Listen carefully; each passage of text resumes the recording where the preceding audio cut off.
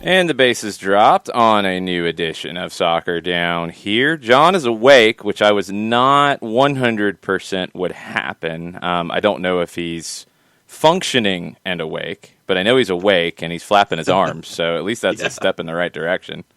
Yeah, I would agree. I will stipulate to some of your previous thoughts. Awareness and awake are two separate things right now, yes. Yeah, it's a step in the right direction. We're a little early today because at 10 o'clock, Gabriel Heinze will be speaking to the media here in Atlanta, and I guess worldwide, virtually, because that's the world we're in 2020. But it'll be his first statements officially live as a member of the Atlanta United organization. That's at 10 o'clock. You can listen to that press conference on 92.9 The Game on the radio.com app. I believe you can watch it on YouTube as well, so you will be fully covered there. Gabriel Heinze set to speak, Carlos Bocanegra set to speak, and then after all that is done, Mike Conti and I will have a special stoppage time over at the 92.9 The Game Facebook page. That will be at facebook.com/929 The Game after the press conference concludes. Just a short reaction. We'll take a couple of questions, but kind of encapsulate everything that was said today. And then we've got soccer over there tonight. So it's going to be a busy day, lots to get into. We'll be taking your questions throughout. We got to start. We'll come back to Heinze. We'll have plenty of time to talk about Gabriel Heinze today. Let's talk about the madness that was CONCACAF Champions League. I don't know how you weren't paying attention to this on Saturday night, John, because this was maybe the most ridiculous CONCACAF game I have seen, and I've seen a lot of CONCACAF games. I'm not John Arnold with a Getting CONCACAF newsletter, which you should subscribe to, by the way. Yeah. But I've seen a lot. There were things here that I don't remember seeing, or maybe I don't remember seeing in that kind of a big package. It was a game that, look, LAFC gave up a goal off a set piece that they could not give up. Then the dark arts come to form. Then Memo Ochoa starts with some really poor acting, but I guess it wasn't because it got Edward Atuesta sent off. Then you had the coaches come together at halftime. Everybody's fired up. We start to see some videos of anti-Razov going like full Falcon punch on Miguel Herrera and getting a smack on him near the eye. Herrera's in the stands. I would assume Razov was. And then to cap off the crazy, Carlos Vela scores 2 goals in about 90 seconds after the second half starts. One's a horrible giveaway from Club America. And it's 2-1. And LAFC makes that hold up with 10 men. Club America gets in on the red card action. They get a red card on a horrible challenge, and it finishes 10v10. But LAFC's going through, and it's a disaster for Club America. Absolute craziness. And just, going back to the moment of horrible acting from Memo Ochoa, where Atuesta's down in the box, Ochoa leans over and is kind of poking at him a little bit, and then Atuesta kind of lurches a little bit, and then Ochoa goes down as if there had been contact, and there was one angle from behind the goal. There were a couple of angles that shielded it a little bit, but then they go to the angle on television behind the goal, and you see that there is no contact whatsoever, and Ochoa just hits the ground. Absolute wild, and the point that I was trying to make in our conversations was, all right, so I do late night stretching before I go to bed. And it was just in that particular moment in halftime where I had missed the contact of Razov and Piojo and had to go back and look at it.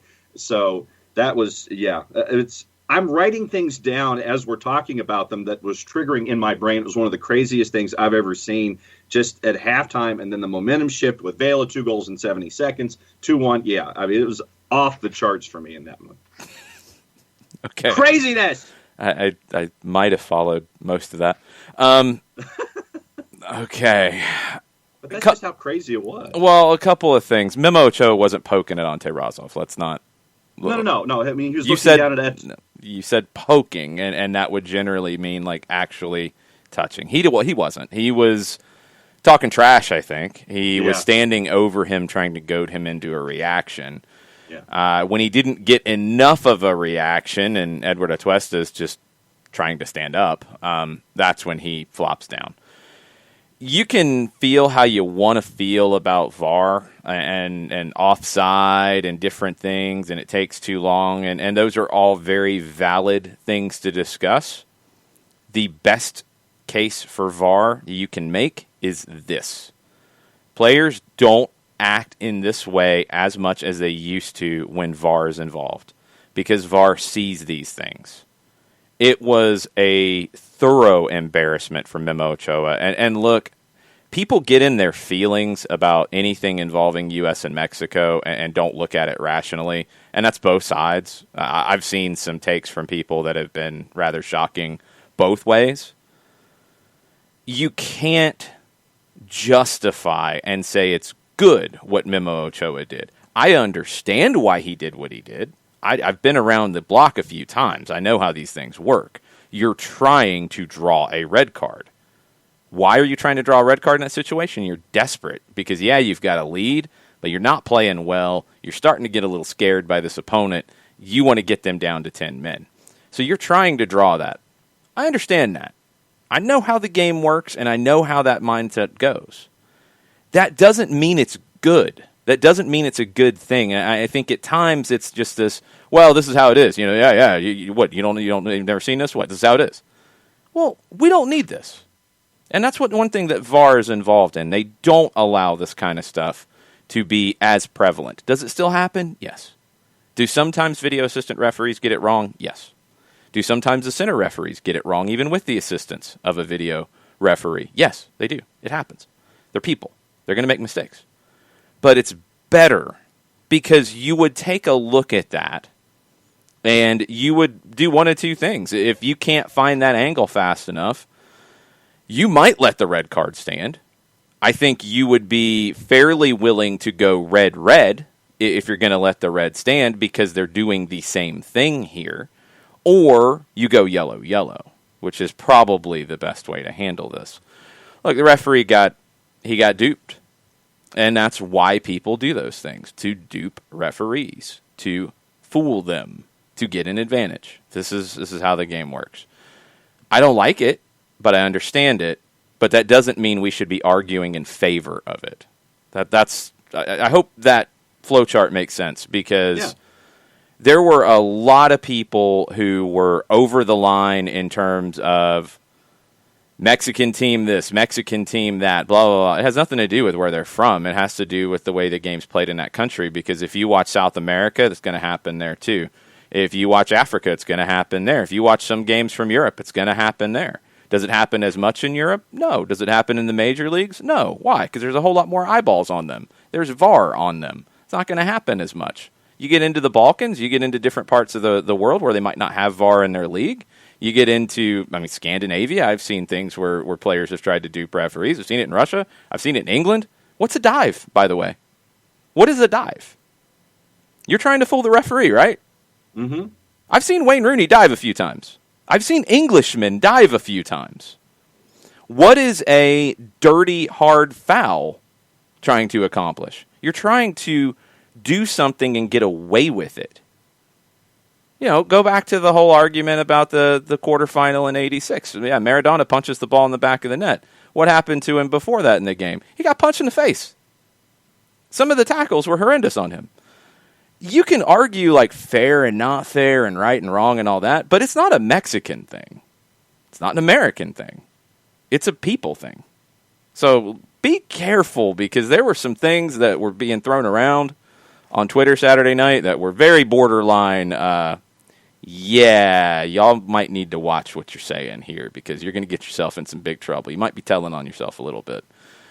And there's stuff where it's trying to justify it because the club's from your country or whatever, you're a fan of the club. And it shouldn't be justified. What Memo Ochoa did was embarrassing. He's too good of a player to be resorting to those kinds of desperation tactics. It's frustrating because I've always had a lot of respect for Memo Ochoa. I lost respect for him with this situation, no question. But these things will happen more and more in games that don't have VAR because you can get away with stuff more easily. If the referees miss it, there's no recourse to fix it. If you fool the referee, they can't go back and say, oh, man, you fooled me. Here, you're sent off. Or we're wiping the red card. Here's a yellow for you for play acting. Whatever. This is how the game goes. VAR helps get rid of this stuff. Can VAR be better? 100%. It needs to be. It doesn't need to take 4, 5, 6 minutes. It needs to be better. It needs to be faster. It needs to be maybe a little more limited. Fine with all those things. But it needs to be in place to eliminate some of this nonsense. Because it took what was a fascinating game, it took what was a game filled with a lot of drama, and made it a bit of a farce. I mean, it didn't completely throw it out because LAFC did come back and win. It didn't change the result. Maybe in some ways it might have helped focus LAFC and kind of zero in on things for them. I don't know. But I'd rather be having the conversation about the drama of the game. I'd rather be having the conversation about how Club America fell apart. I'd rather be having the conversation about how amazing Carlos Vela's match was. And not starting with silliness, because it was silly. Ochoa was absolutely silly. The ref was silly for falling for it. The AR was silly for falling for it. There's nothing there, even watching it back at full speed, from whatever angle you had, there's nothing there to say that is a definitive red card and I'm going to send somebody off in a semifinal of a Champions League for something like that. That's poor refereeing, no question. But the idea that it happened, we need to get away from justifying it. We need to get that stuff out of the game. VAR helps do that. CONCACAF, get it done with VAR. And I know it's difficult because the U.S., well, MLS with Canada involved, and Mexico have VAR. The other leagues do not. Create the system for training. Get those referees coming to work in Mexico and in MLS as video assistant referees to get that experience.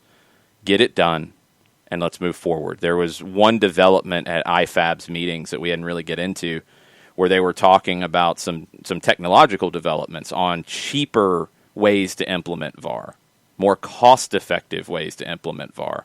VAR is going to be an issue in some countries because of cost. There's just no way around that. So if it gets cheaper to do it, good. If it's simple and you don't have 10 camera angles, but you have 2, you just have the ability to rerun the main TV broadcast, that's a help. That's a step in the right direction.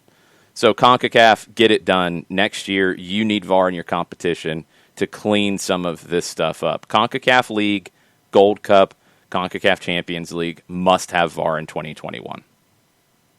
LAFC is appealing the red from Atuesta, yes? Well, I don't know what the process is, and this is another element that I think people were getting on their mountains about at times.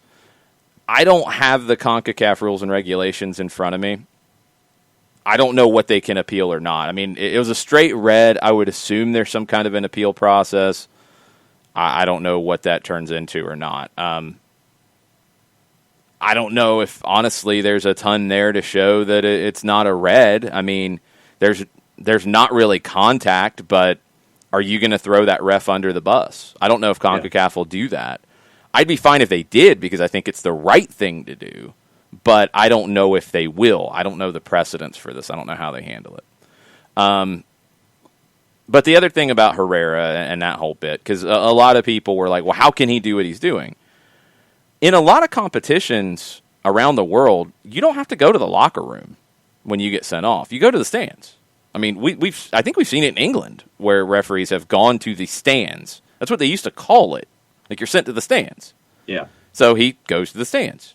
I watched it the previous weekend in Argentina where Pulsineri from Independiente was sent off because his team was late to come out for the second half. That's an automatic send-off in the Argentine domestic competitions. So he ends up going to the stands. And yes, he had a walkie-talkie too.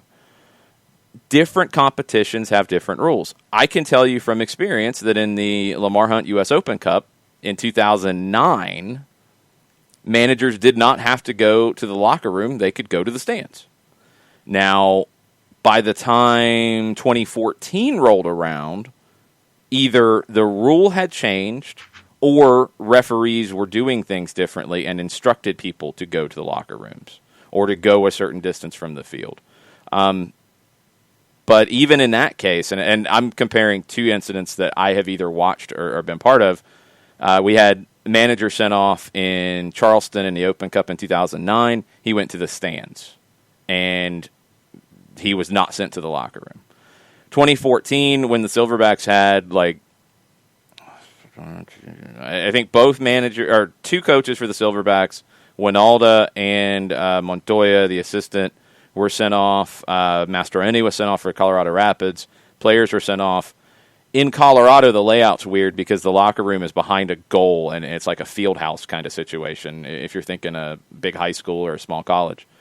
So they had to go there, but they weren't inside. They were just outside away from the field. Now, I do know that I think the statute of limitations is over on this. I do know that they did not allow the assistant coaches on the bench to use any form of telephone or cell phone or anything like that. I don't know the rules of the competition in CONCACAF, but we just watched it in Argentina the weekend before. So if it's not a rule of the competition that you have to go to the locker room, okay, maybe this opens that door to say, yeah, you might want to send a guy to the locker room. We might want to eliminate electronic communication. Or you might say, look, he's just being sent off. He just has to leave. If he's in the stands, he's in the stands. It wasn't that upsetting to me because I'd seen it before, but man, some people got really worked up. Yeah, he's closer, and then you have the guys coming up in the blue blazers, and they're talking to him, and they have him work his way up up higher into that particular section, and then he looks at him. He looks to his left as he's going behind the banister, and he's like, here, is this okay? Wanders over to his right a little bit, and so he kind of works his way up and then over, and I didn't honestly have an issue with it. I mean, I've understood it as a part of what we've seen in the past, but when dudes in blue blazers come by and tell you got to kind of move your way up the suite level a little bit, it was just a part of that whole dynamic that we saw.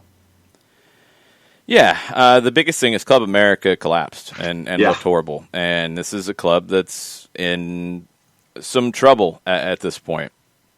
This is a club that's got some issues. You had ESPN Deportes go live with Football Picante immediately after the game, and they were riled up about Miguel Herrera. They were riled up about Club America. They were riled up in general after a week where they lost to Atlanta United. They had a 3-0 lead. They didn't have to go for that game. They didn't have to extend themselves. They knew they were playing again in a few days. Atlanta outplayed them on that night, no question to me. But they had a 3-0 lead, so it's a different conversation. This one, they didn't play well at all in the match. They got their goal off a set piece, and it was a well-worked set piece. It was a great header. That was about it. They didn't look threatening. They didn't look organized. They didn't look good. Now, they've got issues. That Roger Martinez is gone. They've already said he's going to leave. They're not bringing him back. Ibargüen, who came on as a sub, he's not coming back. They're bringing in some players. They're not happy with losing when they did in the postseason. They did finish third in the league, but that was a great run in the second half of the season that got them there. There were questions about Herrera before that.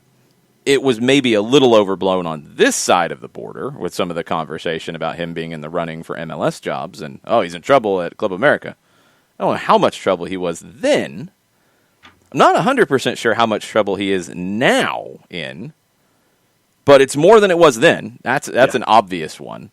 Is this going to cost him his job? I don't know. But you're getting conversations from pundits there talking about, well, is he really a legend at Club America? He's only won 2 titles. Is he really a legend? So, the knives are out for Miguel Herrera.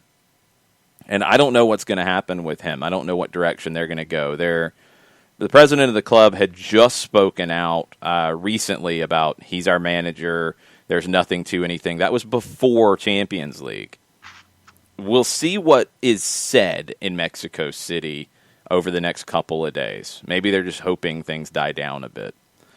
Sam Williamson asks, where's Roger Martinez going? Unclear. it was said by the club president in an interview with Today NA that he was not going to be part of the plans for the upcoming season in Mexico.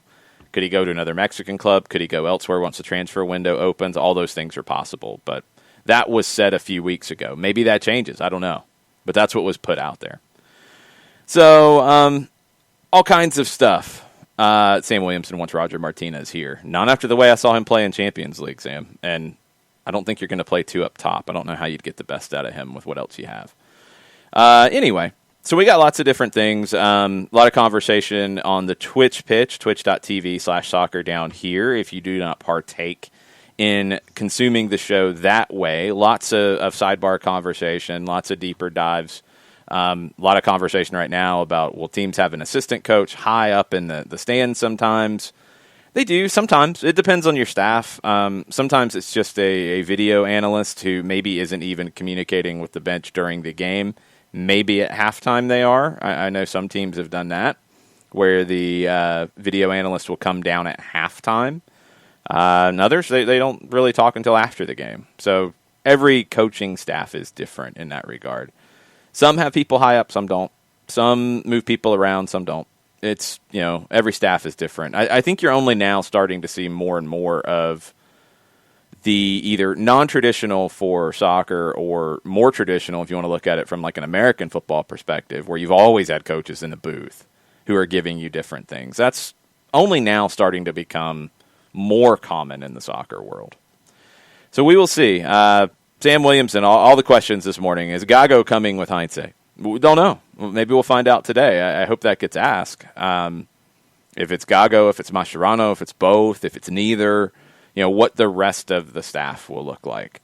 That press conference, 10 o'clock, 92.9 The Game will be carrying it live on Atlanta radio.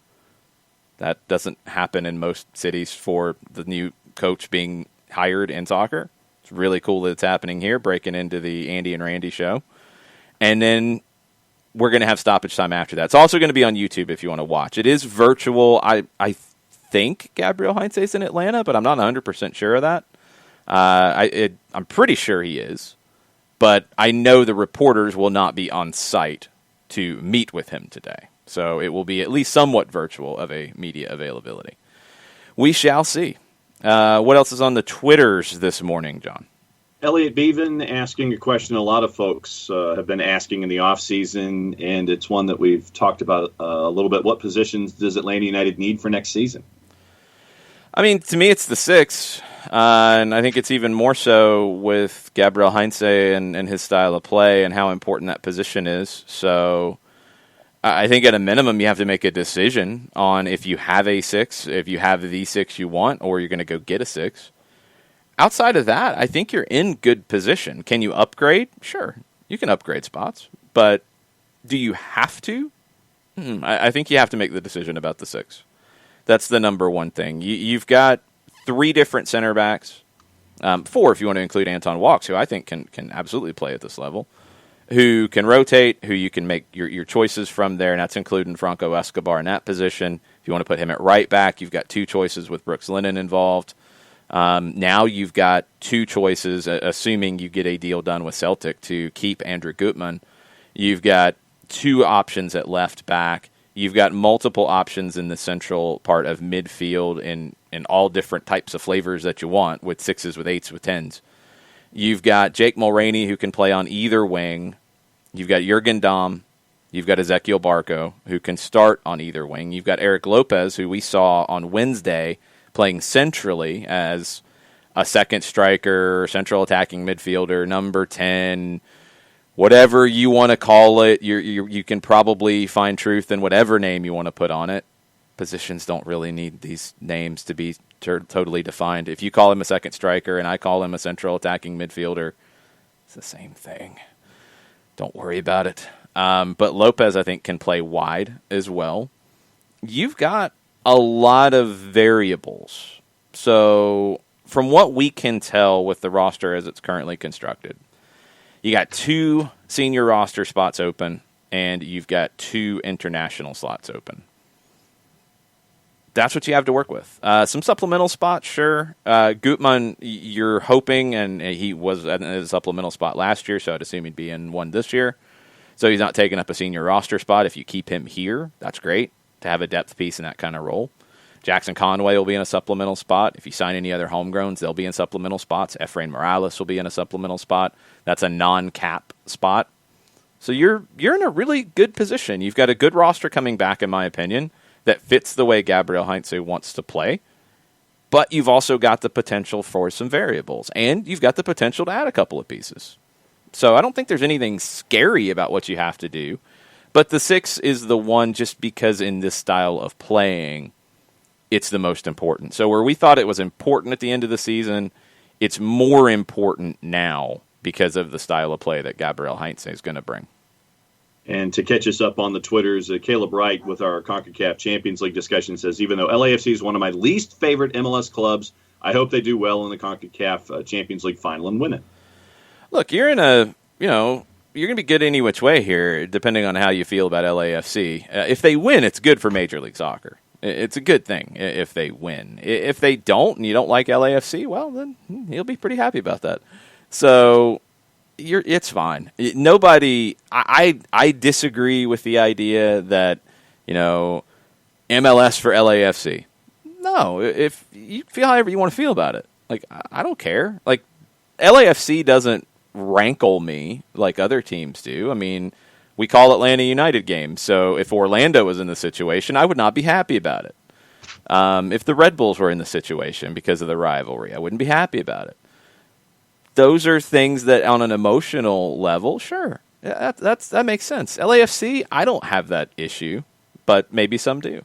That's fine. It doesn't have to be all for the conference. I've never understood when an SEC team is doing well in a bowl game or a national championship chanting SEC. Who cares? I don't care what conference they're from. If I don't like them, I don't like them. If I hope they win, I hope they win. Y'all can make your own decisions on that. It's all good. Matt Wagner's in this morning, and he says, if the Lucas Hansen rumor is true, then who on the current roster would be most affected? Well, it's a rumor. Lucas Janssen, who played for Toronto and played for Velez and played for Gabriel Heinze at Velez, was on loan to Toronto for 6 months. He did well in Toronto as more of a striker, and he played mostly striker, but at Velez he played almost exclusively on the left wing. He's still at Velez, by the way. But under Gabriel Heinze, he played exclusively on the left wing. I don't know how that would fit. And this rumor, by the way, popped up on a Velez radio show. A lot of the clubs in Argentina have their own kind of club-driven radio show. It's by journalists who cover that team.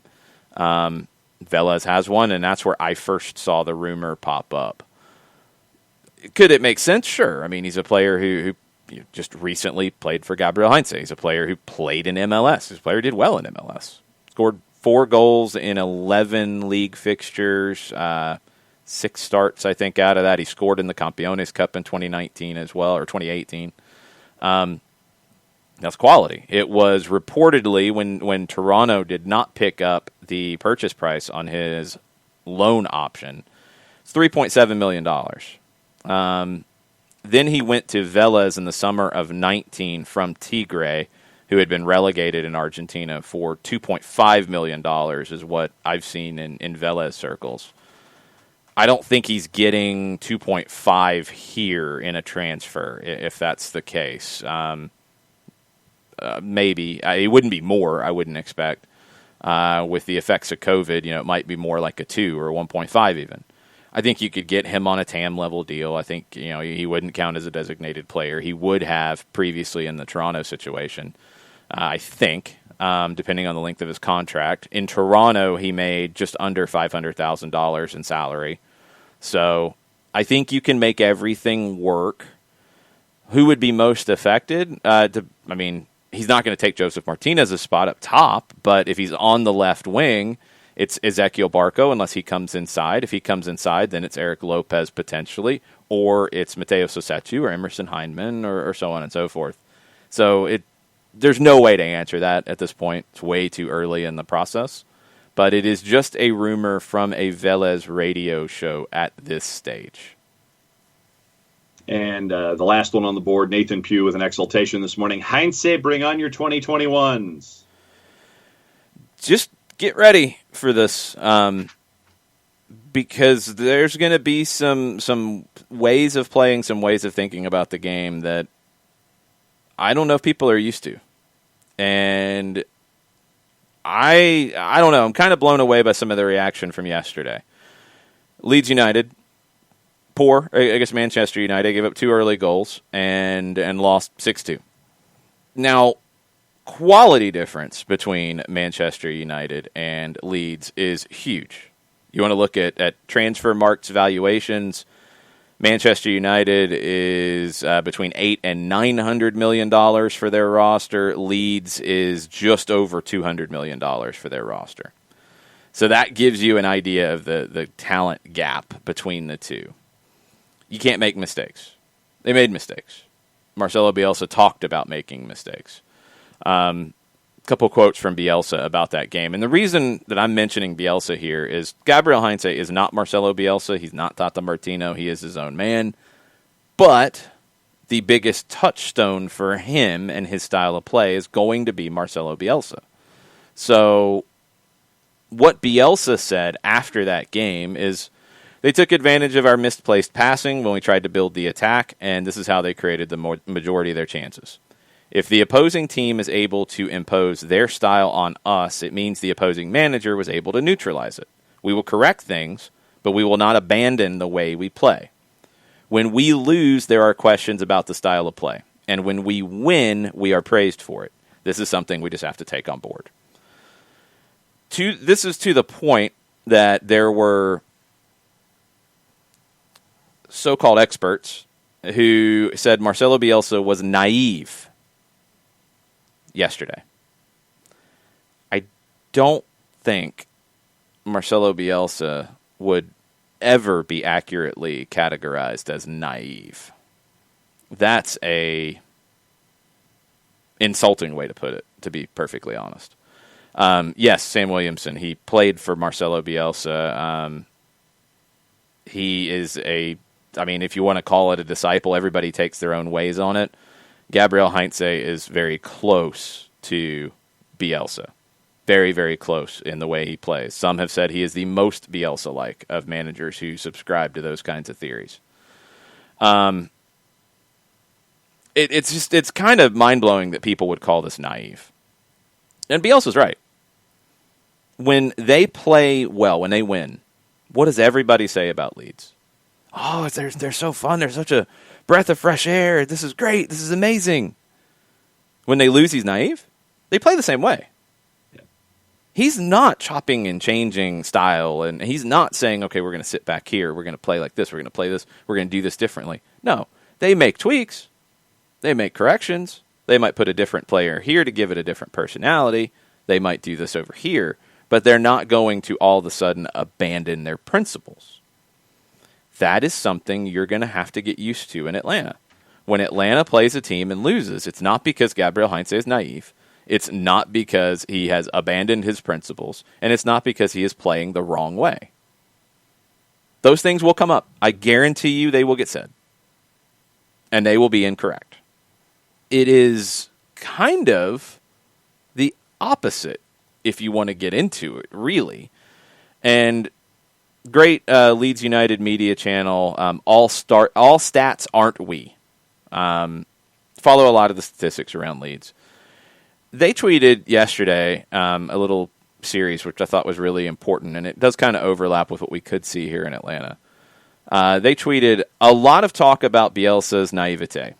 What is often missed is that Bielsa is putting the system ahead of the players at his disposal because he knows that he can play the system with the players he has, stay in the division, and then bring in players better suited to the system. The problem with playing defensive football to stay in the division is that you get into a vicious cycle where it becomes basically impossible to develop a more ambitious play style. If you go the other way around, players before play style, you limit your system to your squad. He has played this way at Newell's Old Boys. He has played this way with the Argentine national team. He has played this way at Athletic Bilbao. He has played this way with the Chilean national team. He played this way at Marseille. He will play this way because this is the way Marcelo Bielsa feels the game should be played. Gabriel Heinze will do the same. Now, the questions will be, Gabriel Heinze is 3.5 years into his managerial career. Will he develop a more pragmatic approach? He absolutely could. We've seen it happen with other managers who have come from this coaching. It's not a coaching tree directly because he never coached with him. I think a coaching tree generally in American football speak is like assistance from a coaching staff. That's not the case here. But you look at Tata Martino, he will get absolutely pragmatic. Look at the 2018 postseason. And just look in general at how that team evolved from 17 to 18, and they weren't taking as many chances. They weren't as risky. They did try to limit that over time. You look at other managers who kind of manage in this kind of way, and Jorge Sampaoli, he will limit risk a little bit more than Bielsa. Heinze, so far, has not done that. But so far, he's been in different situations than he will be in Atlanta. It's a different league. Different characteristics of the league, different challenges with the league, with travel and other things that factor in. Different types of players that maybe don't have the affinity or the understanding or the experience with playing in this kind of manner. And different expectations. Look, at Argentinos, it was to get promoted, and he did it in a very bold way, but he did it because Argentinos had more talent than anybody else in the division. At Vélez, he wasn't expected to get ahead of River and Boca and the top teams. He competed with them, and the kinds of things that are being said about Bielsa today after the Manchester United loss are some of the same things that were said about Vélez when they would lose to River or Boca. Like, oh, well, you have to play differently. You have to do this differently. No, I play the way that I play. This is what we do. This is how we get the best of it. Because if we change, then we're not really believing in what we're doing, are we? Because we're already thinking there's a backup. Adam Brandon, who's another great expert on the South American game, writes for World Football Index. He quote tweeted that Leeds United thread, and this is exactly how I felt about it.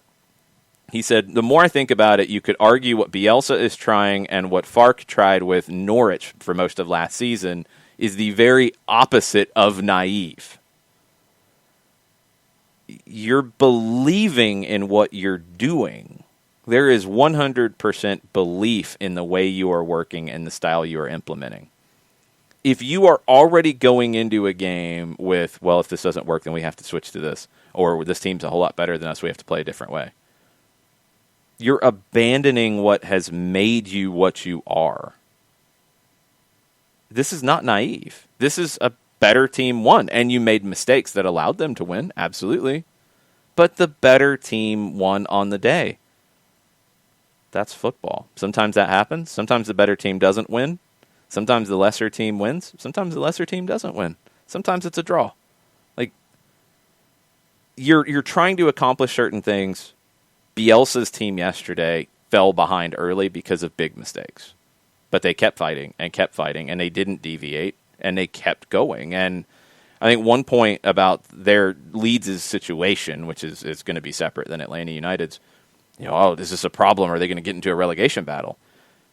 They generally either win or lose. They don't have a bunch of draws. They don't play for a bunch of draws. They don't go the Sam Allardyce route. If you get a win, it's better than 2 draws and a loss. 1 win and 2 losses is better than 2 draws and a loss. So you're going to be a little more risky in this style. Yes, you're going to have some results like this, but you're also going to beat teams playing this way. And I think you have a much better chance of staying up because you're going to stay true to your principles.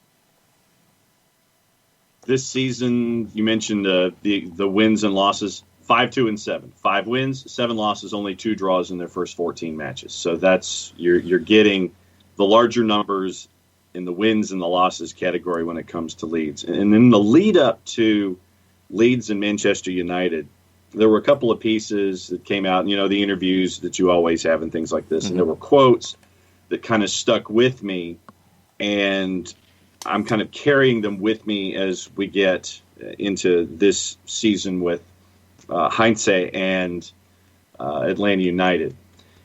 Ole Gunnar Solskjaer was asked about Leeds and Bielsa. And so Solskjaer said in the lead-up, he says, he's done a great job with Leeds, done a good job with many other teams as well.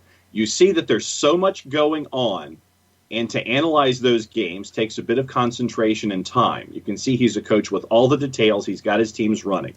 They're the highest running and sprinting team in the league, probably the fittest team, so that's one of the battles that we have to stand up to. And so that was one, and then there was another one that went back to Bielsa's time at Athletic Bilbao, and they came in and beat Manchester United under Sir Alex Ferguson. And the analysis of that match, it was their victory was all down to Bielsa's tactics. The brilliance of some players, they worked over 6 positions, was something that unsettled Manchester United very badly. And the person that was interviewed said, I think Marcelo Bielsa was the catalyst. This was Alvaro Romeo when he was asked about it. He says, I think Marcelo Bielsa was the catalyst of that victory and also their season. So those were just 2 kind of tent poles for me that are going to stick with me going forward. Yeah, the idea of being able to play multiple positions is a very important one to keep in mind because of the way the game will play out. You will see a lot of rotation. The right back might be the right wing. The right wing might be a central attacking midfielder. The central attacking midfielder might be a second forward. The forward might be a left winger. The left winger might be a number 8. The left back might be a left wing.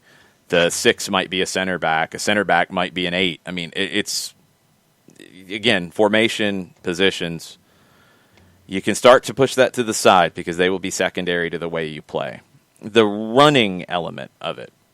And this is going to be maybe one of the bigger challenges because of MLS and the way it is constructed. In the Premier League this season, Leeds, they have outrun their opponents in every game and by an average of 4.3 kilometers. They were the fittest team in the championship, did the same thing. They're doing the same thing in the Premier League. The quote from Bielsa leading into the game, he did somewhat, I guess it was exclusive, which he normally does not do. He talked to Sky Sports longer after his regular media availability in the lead up to this game.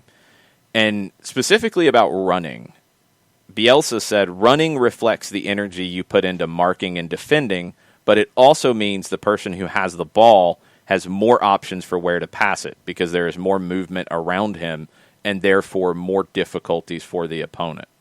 It also means that if you lose the ball in a good way, that is to say at the end of an attack rather than during the construction of an attack, you are able to defend better high up the pitch because you have players there and are not disorganized. This is going to have some big differences. DK, I disagree with you about Joseph because I think this is where Joseph's form that he showed in 2019, dropping deeper, combining more, defending more up high, putting more pressure on, and the team as a whole didn't put as much pressure on as they needed to, but he was more active than he was in 2017 or 18. That's going to help him here. He'll be fine because everything will be focused on creating opportunities for him. Everything will be built around that. You're not asking Joseph to drop and defend in his own half. You're asking Joseph to put pressure on the ball immediately when it turns over. That's a definite. Clayton Poss says, how do you feel about the rumored forward Heinze wants? He played on the left wing exclusively for Gabriel Heinze at Vélez. That was the position he took up in that Vélez team, was on the left. He's a player, Lucas Janssen, who's had success in the league. He has scored goals in this league before with Toronto in a short-term loan stint. He would make sense in some ways because he would understand the system immediately, and he would be able to kind of lead some of that from the front. He's not going to displace Joseph Martinez. He would be depth. He would be potentially a starter on the left, which would then move pieces around. You're going to see some rotation in the lineups. You're going to see players get fatigued and need time off. You're going to see versatility in the lineups as well. You're going to see the same general idea. You're going to see the same way of playing. But you're going to see that in a 3-4-3, a 4-3-3, in every variant of both of those. So, like, you're going to be a lot more about the individuals on the field and how they fit into the collective as opposed to the rigid shape that they start in, if that makes sense. Mm-hmm. It does. And some folks are cycling in late. Yep. Jake Michaels wanted to, and you were getting into this, but there's the location of the Janssen rumor was what he was trying to get to. Came from a Velez radio show. I can't remember the name of it or the AM station that it's on in Buenos Aires, but it was from a radio show that covers Velez Sarsfield. That was where I first saw it on Saturday. Chris Hutchison is in this morning, and he says, when people say that Heinze's practices are extremely intense, what are they referring to? The fact that they're intense. Like, they're it's a lot of work. Because you don't outrun every opponent that you play if you don't put the work in training. It doesn't happen by accident. It's also very detailed. You know, there's a lot of Marcelo Bielsa coaching training sessions on YouTube. You can go back and look at them. He'll get into a lot of detail. One thing that has jumped out to me as I've watched more and more and studied more and more on Bielsa and how it follows through with Heinze is the way you defend, because different teams will do it different ways in this counter press to win the ball back. I think first there is a difference, a massive difference between the way that the New York Red Bulls do a press and the way that RB Leipzig does a press. The Red Bulls don't have players who are strong in possession.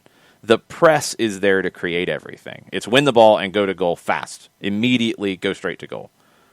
RB Leipzig, because they play a lot of teams who will sit back, they win the ball, then they have to cycle possession. Then they have to control possession and work to create opportunities. Velez will do more of that. San Jose with Matias Almeida did more of that. High possession team, but everybody talks about their defensive work, right? The press is after you lose possession. Everything comes back to Gabriel Heinze wants the ball. Period. He wants the ball. So, and he has the ball, good. He's happy. When he doesn't have the ball, he needs it. Quickly. Don't waste any time getting it back. Go find it. That's something that takes a lot of work. Now, teams do it in different ways. You see some that are kind of zonally focused in the way that they press these situations. You see some that are very man-to-man, go grab the guy closest to you, get right on them to where you can grab them. You see Bielsa take a little bit different approach, and he says that two of the most important things in it are being close and being willing. And it's really simple. I mean, that's what I love about Bielsa is, I mean, his stuff is not complicated and super theoretical. Like, he explains it really, really well. To defend in this kind of way, you have to be close and you have to be willing. If you are not close to the player who could receive the ball, well, you can want to get there as much as you can, but you can't, right? If you're not close enough. If you are close, but you're not willing to put in that work to close that last 2 yards, 3 yards, 5 yards, whatever, well, then it doesn't matter that you were close. You're not willing to put in the work. You have to be both. And it revolves around a lot of wanting to be close enough to do one of two things. To either jump the passing lane, and this is where the decision comes into play that the players have to make. Can I get there in front of the pass to the player that I am in control of? Can I get in front of it? Okay, if I can, do it.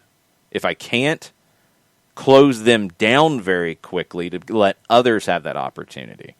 What I've seen a lot from Velez watching them under Heinze is they put a lot of pressure on opponents to force them into mistakes. They're not as focused on winning tackles. It's more interceptions and then getting the ball after a turnover. It's not getting stuck in. It's not that idea of pressing. So it's man-focused because it has to be, because that's how you force the mistakes. But it's not like recklessly sliding in for tackles. It's a lot of not letting somebody turn. Okay, I can't jump the passing lane here, but I'm not going to let them turn and beat me. I'm going to make them go back towards their own goal. Things like that. So it's going to be fun. Katie Weaver says, regarding Tata's training, reference Joseph's comment on how all he wanted of Parkey as a captain was a day off. And Katie said that, you know, a friend on the medical staff told her a few years ago that she couldn't believe how beat up the guys were. Tata had high training intensity.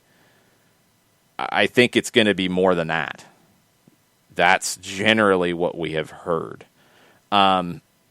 It's going to be intense, and it's going to be a different way of working. And I think some of the ways that bristled some of the players with Frank de Boer is not so much that it wasn't intense, it was that maybe some of the intensity was on following rules and things and being on time and all those kinds of things, where that wasn't the case with Tata. It was, when you're here, you're going to put in that work, and you're expected to be here every day, but if you're a minute late to get on the field, I'm not going to get bent out of shape. I'm just going to make you work. I'm going to make you run, and you're going to do that regardless if you're here a minute before or a minute after. Stuff like that, and we'll see how that mentality goes. I mean, to be perfectly honest, the way that we've read things about Gabriel Heinze, and a lot of this was when he first took over at Vélez, very, very hard on the players. When they did their summer training camp when he took over, no cell phones. You know, they weren't coming in to play video games. They were coming in to work and to suffer in some ways, to be able to make the opposition suffer in matches. Because that's what can make the difference in the last 10 minutes, when you are fitter, when you are more focused, when you are bought in, because it is about buying in. Because you're going to be asked to do a lot. There's no free rides in this kind of way of playing. You're going to be asked to put in the work. And if you do, and you do it consistently, and you do it for 90 minutes, you're going to find a lot of advantages in working this way. But it does take a lot out of you. It is draining. It is, difficult to play in this manner year after year after year after year. That's why you've seen Marcelo Bielsa move club to club. That's why you've seen Gabriel Heinze move from a couple of clubs. Players need a little bit of a break from that.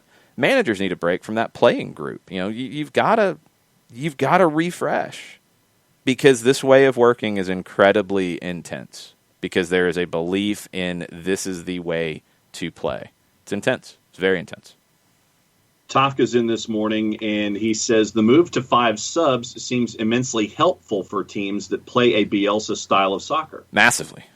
Absolutely, massively, it will be a huge help. And that will be something that Gabriel Heinze has not had the advantage of yet, because he finished up in Argentina, pre-pandemic. He hasn't been in a situation where he's had 2 more subs to work with. So, yeah, I'm excited to see what that could look like. Very excited to see what that could look like, because if you're going to play in this way, you'd love to have a couple of extra guys to come off the bench and be able to refresh. Rich Ransom is in this morning on the Twitters, and he's got a couple of points. He says, Club America lost to Chivas and Chivas 2.0 all in the same month. He says he met a friend this weekend and has posted a picture of him holding the supporters' shield. And it's not the Captain America version either. Philly does have that. It's not a surprise, yes. Yeah. And then and Rich's third point is, is Atlanta United going all in on the Bielsa press? They're going all in with Gabriel Heinze. I mean, I don't expect him to come here and turn into something that he hasn't been. The question will be, does he deviate from it in the ways that Tata did? Because go back, and people have an impression of Tata Martino's teams that are based off of 2 things. That are based off of the very early days at Bobby Dodd, where they were pressing a lot more after they lost the ball on a smaller pitch that suited playing that way. Or they remember the times when the stadium opened at Mercedes-Benz Stadium in that wave of games in the late 2017, where they were scoring a ton of goals, and they were scoring a bunch of early goals and really getting up on teams. Look at 2018 when they won the championship. They were not the same team. They kind of bounced around a little bit with playing 3 in the back, playing 4 in the back. They did not press as much. They were not as aggressive in defending as they had been the previous year. And in the postseason was completely different. Would a Gabriel Heinze team go to Yankee Stadium and play the way they did in the first leg of the Eastern Conference semifinal? I don't know if they would. It doesn't mean it's not right or wrong. It's just Tata Martino became more pragmatic, and that's not a negative, and that doesn't mean defensive. It means taking what I have to work with to win, as opposed to this is how we play and it will win. Tata Martino adjusted as the 2 years went on more than he gets credit for. It's a huge credit to him to be able to win the championship the way that he did and make that decision. It paid off. It worked, and that's hard to do in midstream. And the players bought in, and he bought in, and you won a championship. Doesn't mean that you have to do that, but you have to be able to potentially process that situation where this league makes us do some different things. Will Gabriel Heinze do that? I don't know. And I don't know. And he's young in his coaching career. This is going to be the first time that he will really have to deal with that. Because at Argentinos, they were never in a position where he had to grind to get 2 points to get promoted. They won the league in a dominating way. At Vélez, they were never in a position where they could, get into winning the league. So he played the way that he did. He hasn't made deep runs in South American competition. Didn't make deep runs in the Copa Argentina or the Copa de la Superliga. So will he adjust based off of the situation? It's not a right or wrong thing. It's just we don't know what he will do in that situation. Don't know. There's not an answer to it. And we don't know what the situation will be because, Matias Almeida in the postseason this year for San Jose. They didn't deviate. They played their game. And they took Kansas City to the absolute limit. And that was probably the ceiling for San Jose. They were playing the best team in the Western Conference. Would it have been any better for them in that situation to do what Marcelo Bielsa said you don't do? To go away from that? No, they stuck to their principles and they played. Could you be in a situation where you do have to go away from that? Absolutely you could. And I think the game that Atlanta had at Yankee Stadium is a prime example. You didn't have a healthy Miguel Almiron in that game. You had him for 45 minutes. We didn't know if you'd have him, period. Remember, he was coming back from injury. So you couldn't necessarily play in the same way. And it's over 2 legs. And you've got to manage 180 minutes. And you've got to try to get Miguel Almiron in a position to win you the game in the second leg, which he did. You've got to think about a lot of things there. So maybe you do tweak some elements to it. You can still stay true to your principles and dial it down a little bit. That's the tough balance here. That's the really tough balance. And we haven't seen Gabriel Heinze in these situations before. He's a smart manager. He's not just run. He is very well thought out with his plans. He will put all the work into it. There's a question about preparation. He's incredibly intense with his preparation. That's a Bielsa trait. He's got that. He will be fully prepared for everything. He will have considered all the different potential elements. He will make the tweaks that are necessary game to game. But the general way of playing will be consistent. That's what we have seen so far in his career. If that changes, that would be a bit of a surprise because of the new situation that Gabriel Heinze is in a league with more travel, in a league with different challenges. Does he deviate from what his teams have been? I don't think he will, but we really don't know until we see it. Taka, with a follow-up, he says, this isn't a suggestion, it's just curious if it's possible. Can the depth of the field at MBS be changed? Sidelines can, obviously, but I think the goals get locked into the field. I think so, but why would you want to do that? That's where Taka would. I don't know. I don't know why you'd want to do that. You probably could move things around if you needed to, but you said it at the beginning of a season. Just because I said about Bobby Dodd being more narrow and you're good with that, you're not going to make the field more narrow. Don't get any ideas. That's not going to happen. You don't want to do that because another big difference here, and this is where flavors get different with different managers, Heinze wants as much width as possible. So don't zero in on the pressing element with Heinze. Like I think that's the easy thing to do, and it's happened with Bielsa at times as well. He wants the ball. Everything's about getting the ball. It's not about pressing to then 2 touches and go to goal. It's about wanting the ball and playing with the ball. And the extreme width that his teams will play with. He wants the field 80 yards wide. He wants it as wide as you can possibly be. Why? Because that creates openings. If you have wide options on either side of the field and you have your number 9 centrally, that can do one of 2 things. Either those wide options are going to be wide open when you switch, or you're going to spread the back line out so far and have gaps for your attacking midfielders, for your outside backs to run into. So you want width. You want to press, but you want width. You don't want it to be narrow and not be able to spread the field wide because, again, you want the ball. Ball, ball, ball. Everything is about the ball. Matt Wagner's back in, and he says, players get knocks in training, and Atlanta is no exception. With the newfound intensity, does this mean more quality depth and different roster management?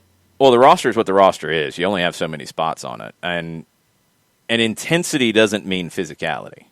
Well, let's be careful about that. It doesn't mean you're going to be whacking people all day in training now. Intensity is work. Look at Bielsa sessions.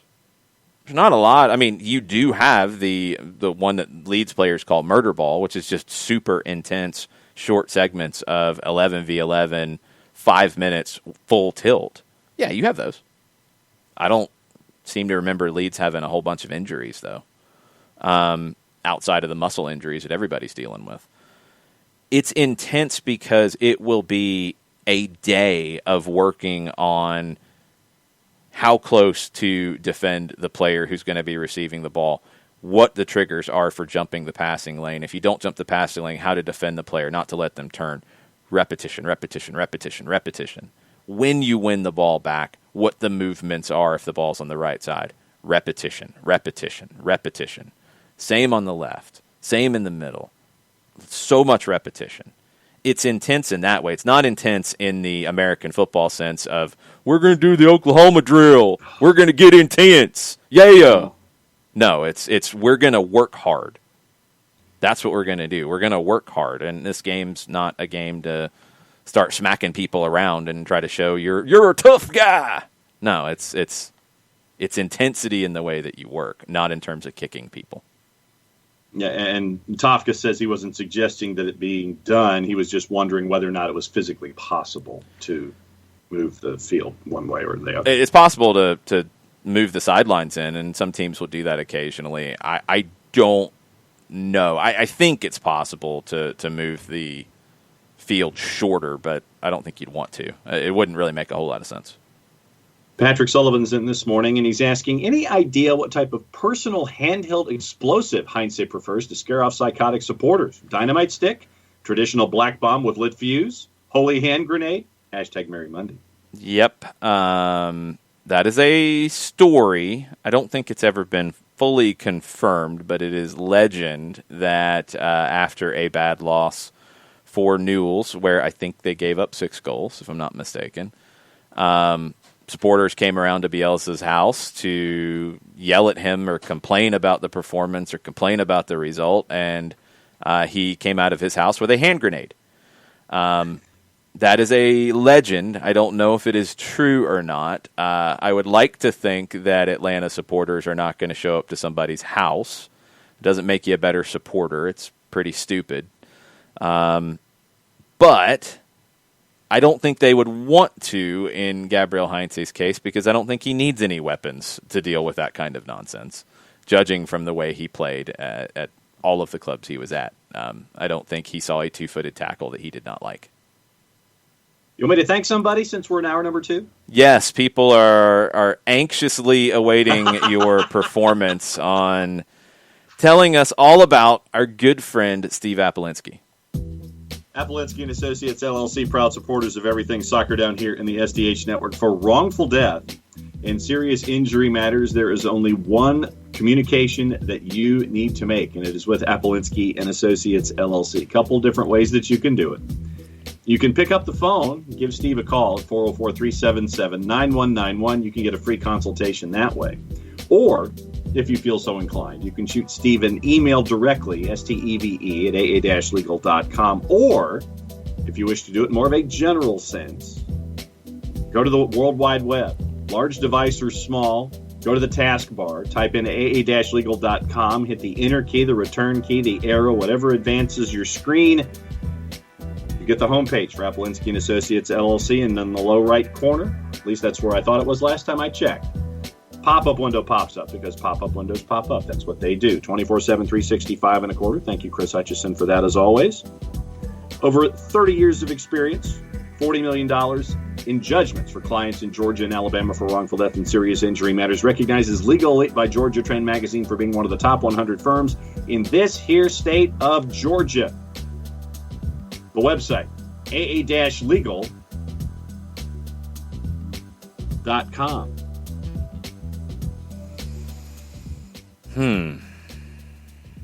Read it too quick. Well, at least you realized it. Because the more that I'm waiting for that particular baseline, that's when I'm in trouble. Yeah. People said they were going to be nice, too, because it's early, but... So we're getting a lot of East German judge votes here? It's not looking good, John. That's all I can say. It's not looking good. You got a 6.5. From who? Sam Williamson, very generous this morning. Yes, Sam Williamson is being very generous. I'll stipulate to that one. 8.8 from AA 5 Stripes, because the best part is that the hand movements don't always match the words. Okay. So it's independent hand movements while I'm going over a script that isn't written down. Okay. Going through all of my talking points in my head, trying to figure out where I'm going, and you can see my hands move as I'm trying to figure out where I'm going in my brain for my next talking point. What you just said is one of the most insanely idiotic things I have ever heard. Today. Yeah, it's still early, though. Ropes is asking what jersey that is behind me. That is the 1996 Atlanta Ruckus jersey. Strong. Red Dog Beer sponsored the Ruckus. I was not able to partake in Red Dog Beer for a little while. That was 96. It was a couple years later that I could actually drink Red Dog Beer. But it was pretty cool. And, of course, no logo on it because it's the mid-90s and people didn't think that was necessary for some reason. I don't know. Yeah. God, Red Dog. Red Dog's something. I don't think they make it anymore. I think they finally discontinued it. There was a while where you could find it in random places, but for a red cheap beer, it was okay, I guess. It was pretty cool because they sponsored the local soccer team. So there you go. Let's see. Starting off hour number 2. Agreeing with us, Nathan Pugh is in this morning. He says he agrees with you, Jason. You just got to keep being you. Speaking of being who you are, word is that there are 11 buses heading up the M6 to park at Anfield. Apparently, they're already on fire, and the tires are barely holding on from being slashed, considering that the next opponent for Liverpool is West Brom.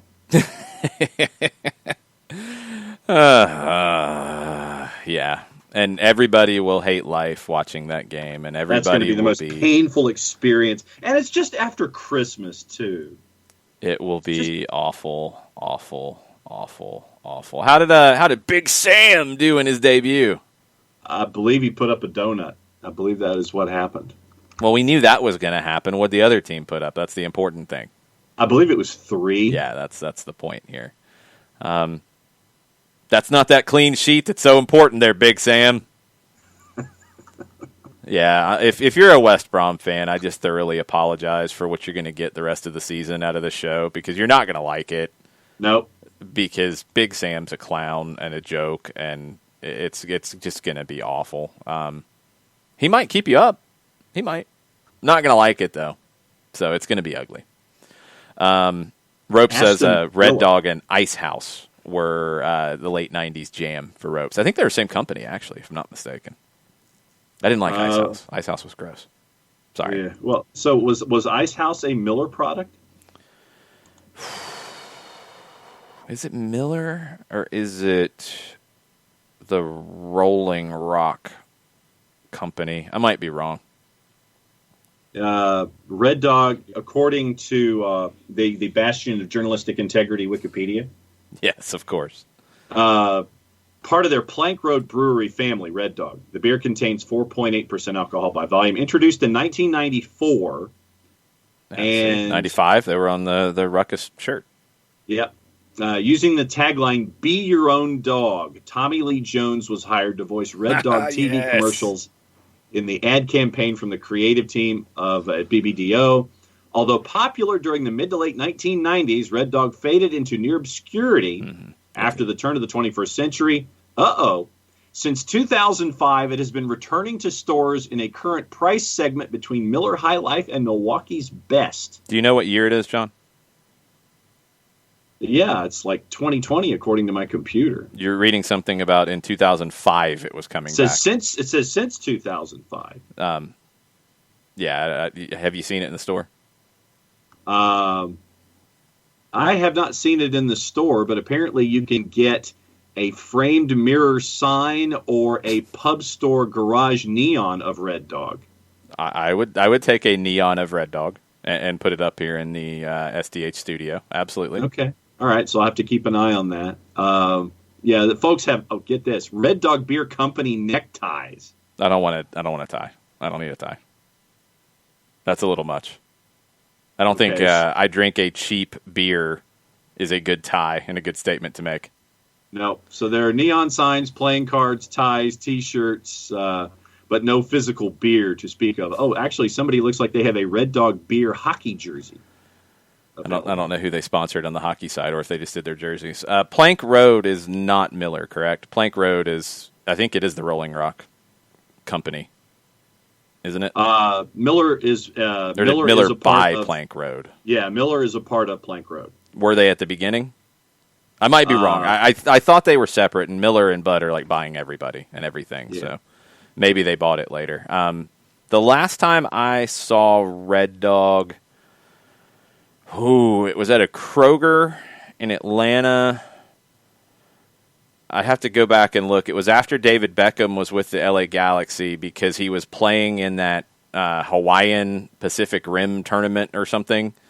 And we were watching a game at like 2 a.m. from Hawaii, and we went to get stuff at the grocery store to watch the game. Big group of us were going to watch the game at my place, and they had Red Dog, and we got the Red Dog, and it was about like I remembered. It was the Red Dog, but that was a long time ago. You can still buy it. You can get a 30-pack for $16. I hope they're still making it. That's not just leftovers, man. I haven't seen it in a store in at least 10 years. It was at the Murder Kroger, Kefsey. You're 100% correct. And it probably lived up to the name Murder Kroger in those times as well. A bold yet uncommonly smooth beer, golden in color. Red Dog is a full-flavored lager with medium body and crisp, refreshing finish. Sure. Yeah, all that sounds good. That sounds like some good marketing speak. But yeah, you can get apparently 30 Red Dog from $16. Let's see, check availability. I don't know. Yeah, I don't know if anybody in Atlanta has Red Dog beer stocked. If they do, I might have to go find it just to have a taste of the old glory days. Yeah, no. Apparently, this shipping service is not available in our area, so it's probably because they don't make it anymore. Anyway.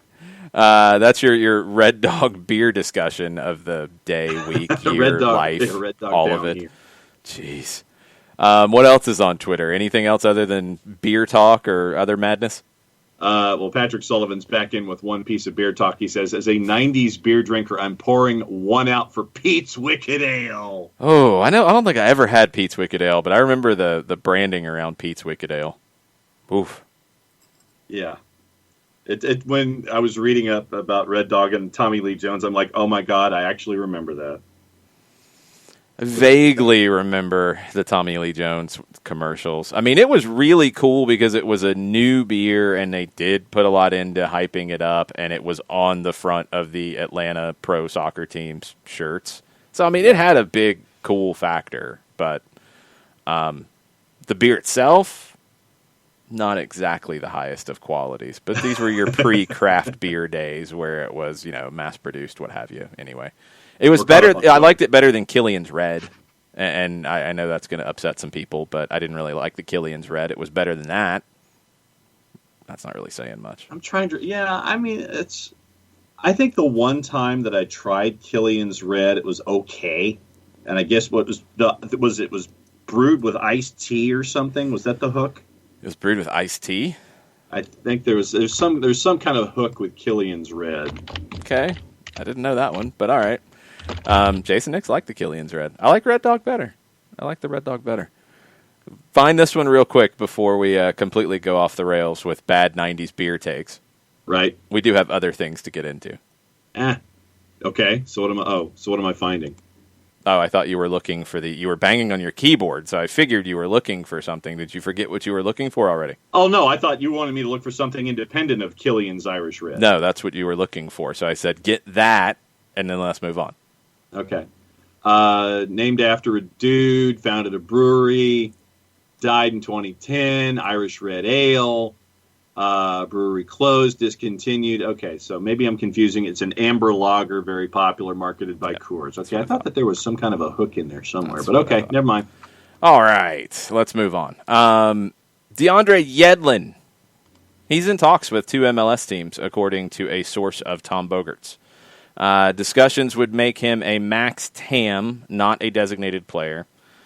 He could move in the January window if Newcastle lets him go on a free. He could sign a pre-contract and leave in the summer. So Newcastle is going to lose him either way. Do they let him go nicely in January on a free? Nobody's going to pay a transfer fee for him when they could just wait 6 months. It's not definite that he comes back to MLS, but it could happen. There is still interest in Europe, but discussions are happening. He would have to take a big pay cut, but 2 teams are interested in the DeAndre Yedlin. Now a more important food or beverage take on the Twitch pitch from Mataflow, and I'm sure there are people who can help him out with this. I got to look in my Instagram because somebody was advertising this. Mataflow is looking for dulce de leche in the northeast Atlanta area. Went 4 places yesterday. Nobody had it. Northeast.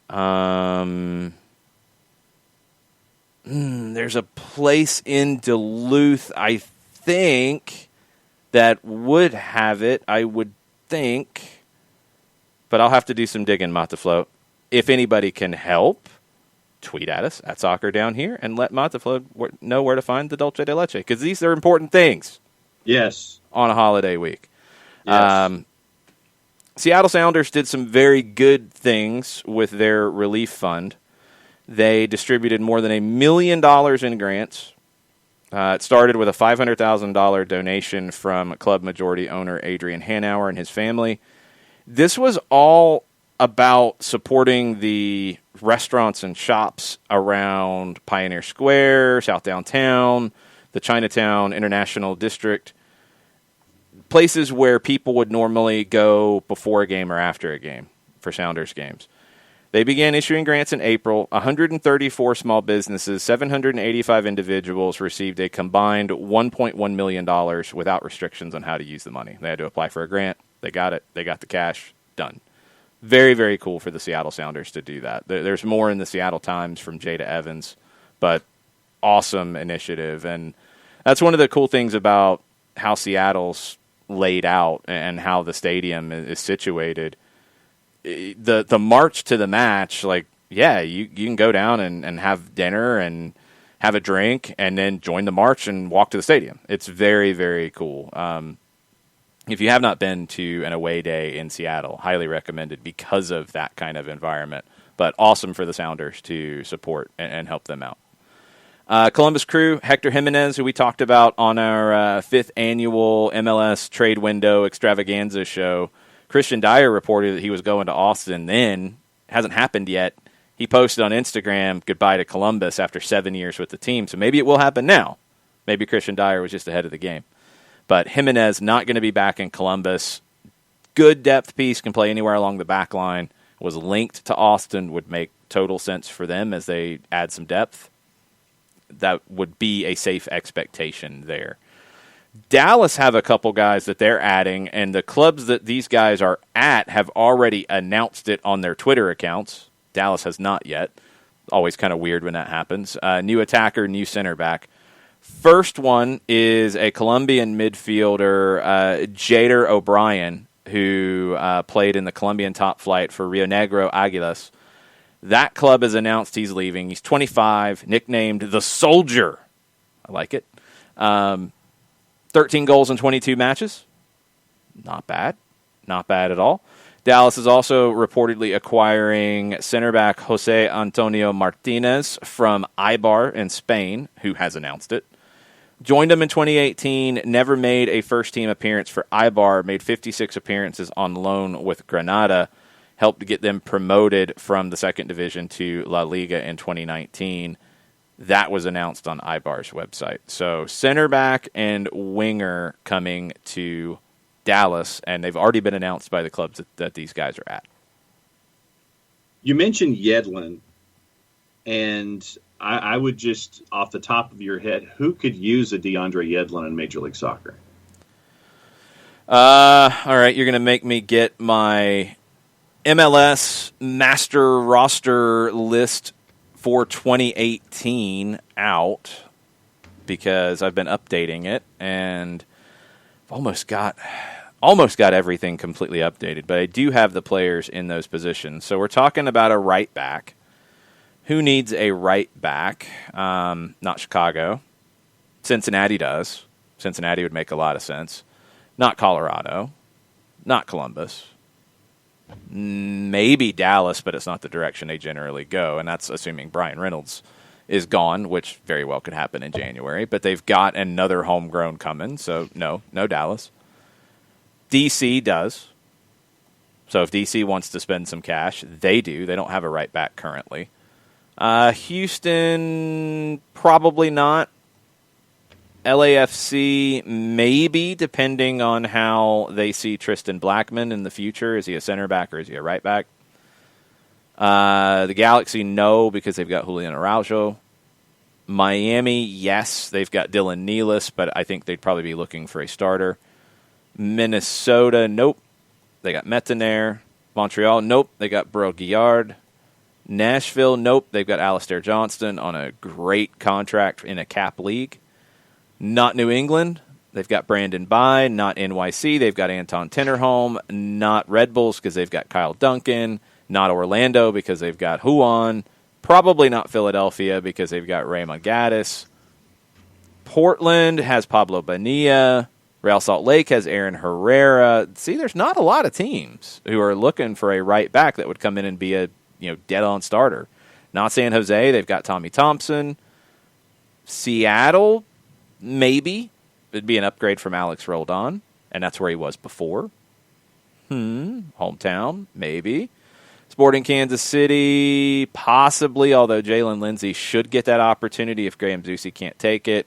Not Toronto. Vancouver, no. They've got Jake Nerwinski. They're good in that position.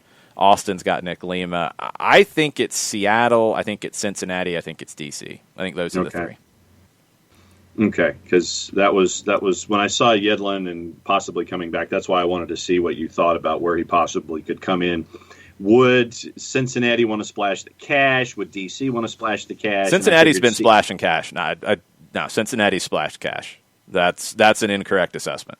DC, would they want to splash the cash? Maybe more valuable way to put it. But, I mean, look, Seattle would make a lot of sense. Yeah. Because it'd be a homecoming. Cincinnati, I mean, they spent on Locadia. They spent on De Jong. It didn't work out, but they spent on him. They went out and got Makocho, who I think was a good get for them in the second half of the season. They've spent money. That hasn't been the issue. They've spent bad money, but they've spent money. Yeah. So, no, Cincinnati would absolutely make a ton of sense. And DC would too, because they just don't really have starters in those positions. I don't know if Cincinnati sees Zico Bailey as turning into that. He's a homegrown. They got him from the Galaxy. That's where he was developed. Maybe. DC doesn't have anybody at right back, and they haven't for a year.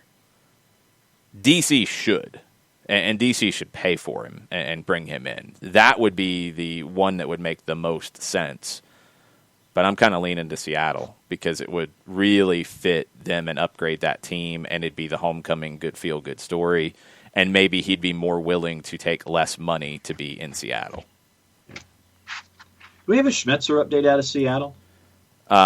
He has said that he would bet on being back. So I think that's a pretty good sign that he will be back. We've talked about that, John. No, but I didn't know past the betting on him saying that he would be back. I didn't know if we had something past that. No, but I think that should make you not worry about anything at this point. Okay. I think he's good. I think he'll be back. It's just finding what number they're going to settle at and getting it done. I do wonder if it was a distraction going into MLS Cup. Jason Nix asks, who will be the next MLS team to announce their new coach? Sounds like the Galaxy, but I don't think that's a definite, even though like Grant Wall reported that they were finalizing a deal with Greg Vanney. Then Jeff Carlisle threw a little bit of cold water on that and said, no, it could be Dominic Kinnear. It's not definitely Vanney. DC could be next. I'm going to lean to the Galaxy because I think it will be Vanney. Yeah. But if they're not settled, DC could jump in front of them. Because they said it was Vanney, and then it was Kinnear, and then a third that was an international, but that international individual was third in line. Yeah. They didn't name that individual. They said it was, but that individual was third. Yeah, they won't get to the third guy, I don't think. But no, I don't see it happening. Okay, so your money's on Galaxy, or is your money on DC? For hiring next, I think it's the Galaxy because I think it's Vanney. Okay. It's just a no-brainer to me.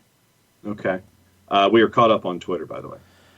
Question from Katie Weaver about Alonso and Miami updates. Peñarol, who was where he was linked to going in Uruguay, reports out of Uruguay say that he is not going to be possible for them, maybe because of having to pay Miami to get him out of his deal. They've talked about a number of potential candidates. One that you're probably familiar with is Gustavo Poyet, the co-host of the Golazo show, but also manager in England.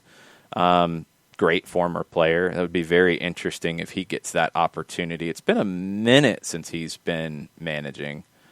That was over the weekend that maybe it's not going to be Alonso at Peñarol. Haven't seen any updates on him at Miami. They might need to have another meeting and might need to clarify a few things because, man, that whole mess, that was craziness. Yeah, last place that Gus Poyet was a manager was Bordeaux back in 2018. There you go. I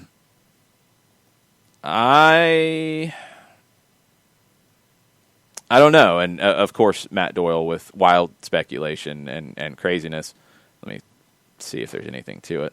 No. Just if you want full madness of things that could happen, if Piojo becomes available from Club America, does he go to a Miami? I don't think he would, but let's say they decide to go and fully embrace the crazy.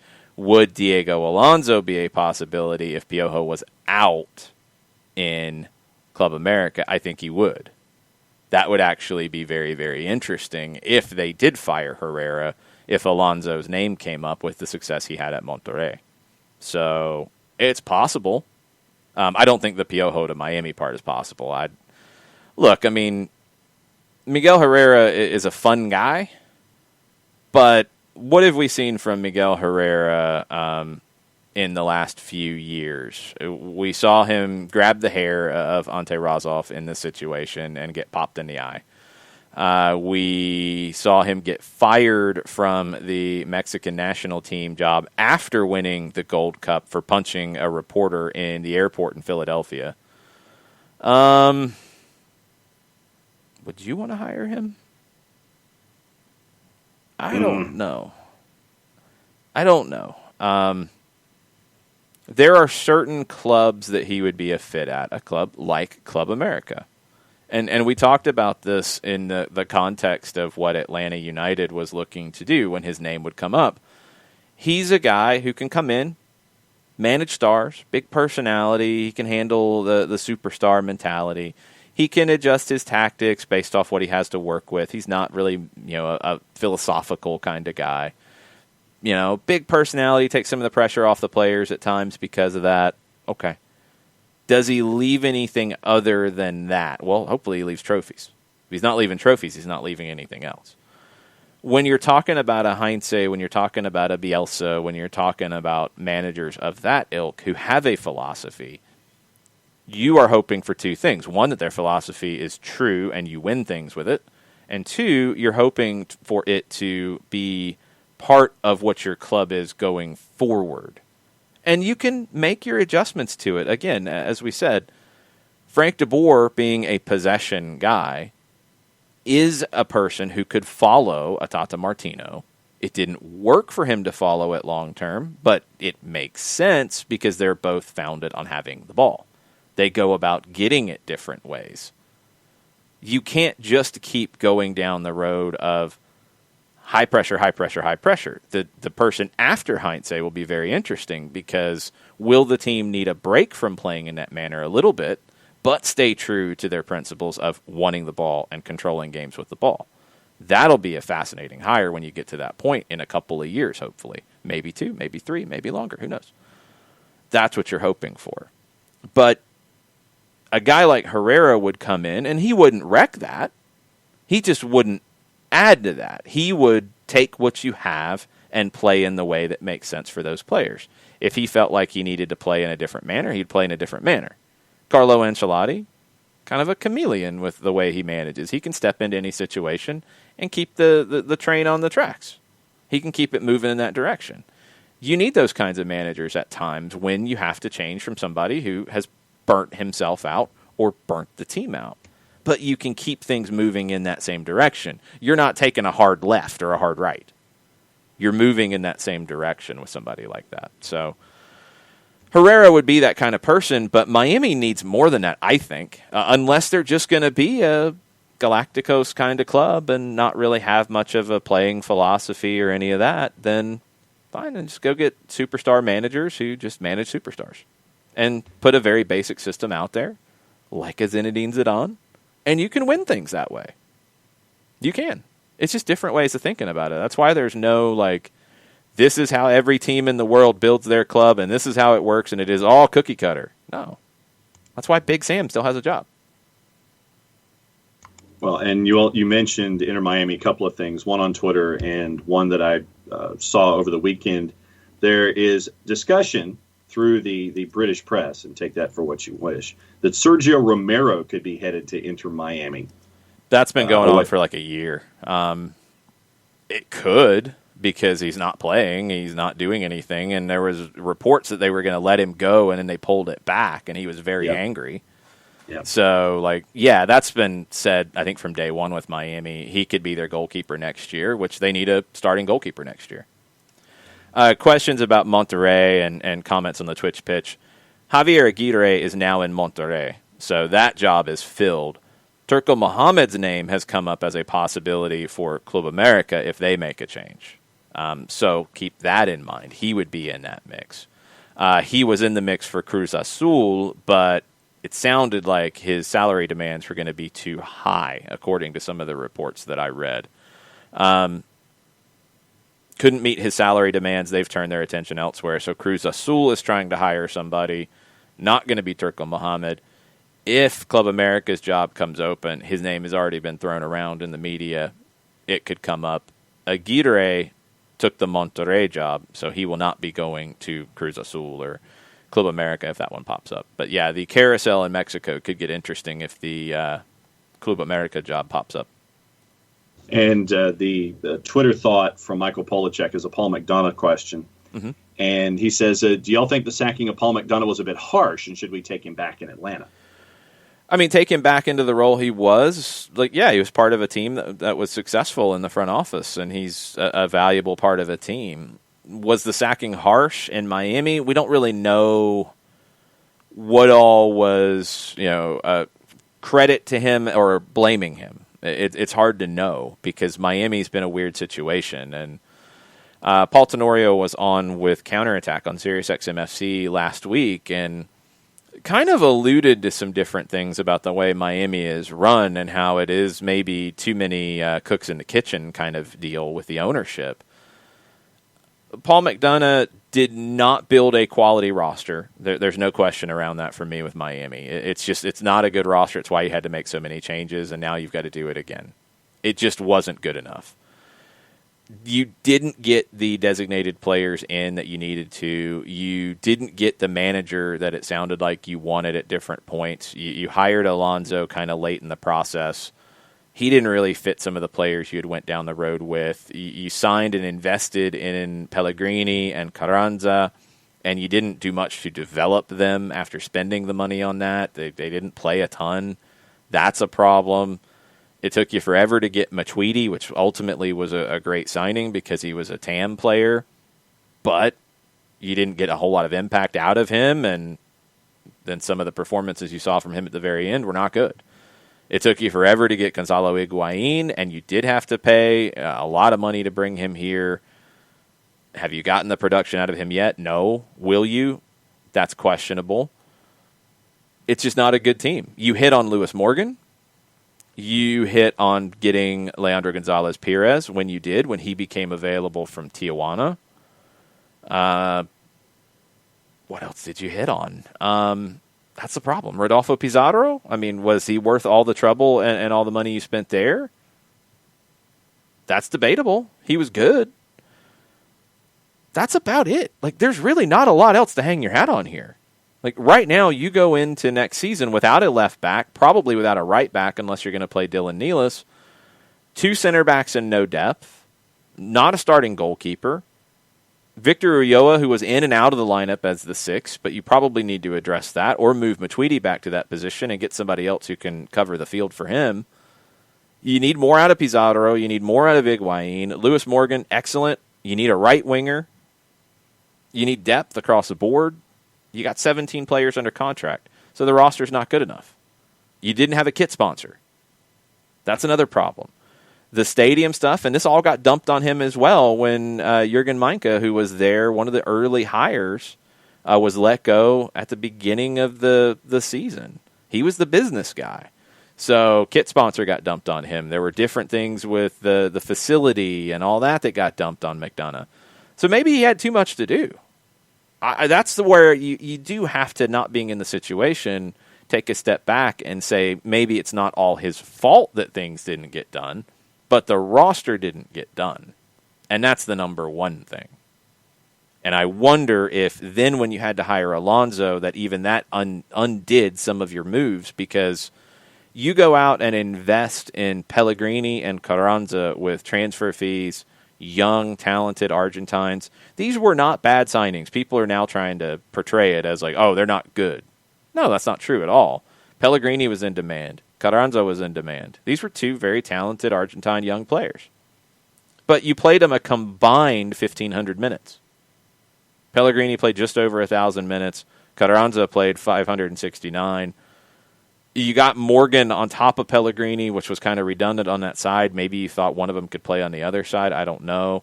You got Carranza, but then you went out and got Higuain. So now, I mean, where are the minutes for Julian Carranza going to be? Like, there's just some things that it didn't feel like you built the roster in a smart way, and you started chasing shadows a little bit. So Miami's got problems. Is that all on McDonough? No, I don't think it is. Is some of it on McDonough? Yeah, I think it has to be. Would you want to bring him back into a situation where he is part of a team in the front office? I think that's a better fit. I don't know if he is a lead general manager, but I think he has a lot to offer with his knowledge of the league, with his knowledge of the domestic agent situation. That's a part where he came from. I think dealing with the scouting on the college side, very, very good. He knows the talent coming up. I think he has a lot to offer, but I don't know if he is a lead general manager at the moment because it didn't work out well in Orlando and it didn't work out well in Miami. Tafka with a heads up, which is soccer over there-ish from Tottenham Hotspur. Alex Morgan is to return to play in the United States at the end of the first half of the Barclays FA Women's Super League season. Yeah, that was expected with the loan that was sent for her to go to Tottenham that it wasn't going to be a long-term thing. I mean, her situation's different with a young child. So coming back to play, I believe in Orlando, because I think she's under contract there, makes a lot of sense. So not surprised by that. Makes total sense. Head of women's football Heather Cowan, quote, "We were delighted at the start of the season when Alex chose us as her club to help regain fitness and take her first steps back into competitive football after giving birth earlier this year. And it's been a pleasure to have Alex with us during this period." And the quote continues about all positive stuff. "She will always be welcome here at Spurs." Alex says, "In return, I'll be forever grateful to the club, my teammates, and Spurs supporters for taking such good care of me and my family. From the moment I arrived in London, I realized I was part of a first-class organization, one that helped provide me the opportunity to immerse myself back into the game I love." Yeah, I mean, it's a win-win-win for everybody. Everybody benefited from that situation. A couple other things that are popping off in the news world as we're with you for another about 15 minutes or so. And then you will be tuning in either on 92.9 The Game, on the radio.com app, or on Atlanta United's YouTube page to Gabrielle Heinze's first press conference as a member of Atlanta United. From Craig Hope, who is covering Newcastle United and their situation, football correspondent for the Daily Mail, Newcastle confirms that Alan Saint-Maximin and Jamal Lascelles are the two Newcastle players that Steve Bruce said were suffering from long-term COVID issues. Bruce mentioned this, I believe it was Friday, said that two players had long-term COVID, talked about all of the different issues. They go for a half-hour walk and want to go back to bed. It's brutal, and those are the two guys who have had that issue. And Saint-Maximin has been such a huge part of what that team could be. That's a huge loss for them, and Newcastle's really had some struggles with this. Yep. I mean, when you have Saint-Maximin and Lascelles as part of your firepower, two of your main fire guys that are associated with the firepower that you have, and they're not in the lineup, obviously that handcuffs you even more than you already were. Yeah, 100%. Soccer over there tonight at 7 o'clock. We'll get into all of these different things. We will also ask the panel of misfits, because that's what that show's kind of turned into at this point, a whole bunch of misfit activity. The panel will be asked what their holiday answering machine messages they would leave for different things would be. So that could be a lot of fun. We will see how that goes. I'm sure that Nick's impression of David Beckham will be involved in that whole process. And John's impression of Arsene Wenger probably will be as well. Don't do it right now. No, that's a soccer over there thing. I shouldn't even have ever said it. Jeez. That is a good possibility. Thank you for asking. Everyone in this room is now dumber for having listened to it.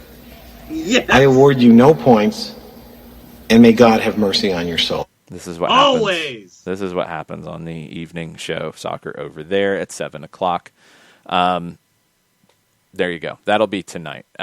We will have a stoppage time show, Mike and I, after the press conference, too, to kind of recap everything. Kelly Francis in the Twitch pitch this morning wants to know why you look like the Hamburglar. Why do I look... I guess because of the... Well, no, this is blue. This is not black. Kelly, this is blue. This is blue stripes. Yeah, I was released from my weekend furlough just in time to do a show an hour earlier than normal this morning. Kelly shows up in the Twitch pitch dropping bombs. I like it. Bang! Oh, yeah, she's right there. I like it. Christopher Abel with a question. Do you think Bob Bradley's experience managing in CONCACAF, particularly with the U.S. men's national team, has given LAFC an advantage over Atlanta in the Champions League? No, I don't think so. CONCACAF is not that weird, y'all. Watch the Copa Libertadores and Copa Sudamericana for a while, and you'll see a lot of this stuff. Watch the African Champions League and the Asian Champions League, and you'll see some of this stuff. It happens in other places. So having a team with a lot of South Americans, they're not going to be surprised by it. Edward Atuesta wasn't surprised by it. He just got kind of caught by somebody who was a better actor than him in Memo Ochoa. But Bob Bradley lost his cool at the end of the half. He was in Yes. trouble of potentially He was getting sent He was off. going after Venus, I think it was. Yeah, was going- Venus ended up in his technical area, and there was a lot of trash talking back and forth. So, no, I mean, LAFC will be good in these situations as they were in this tournament so far because they have a lot of players who have been in these kinds of situations with a lot of young South Americans who understand this mentality. Tigres will absolutely try to, enact some dark arts on them, and LAFC will do the same. Let's not forget, Carlos Vela is very good at drawing fouls and very good at drawing penalties and very good at falling down and making it look like a foul. He does a good job of that. That's part of the dark arts. What Memo Ochoa did was really bold in it, and he wouldn't do that if he had VAR because it wouldn't work. But diving, it's all part of it. It is, Yeah. I think. Yeah.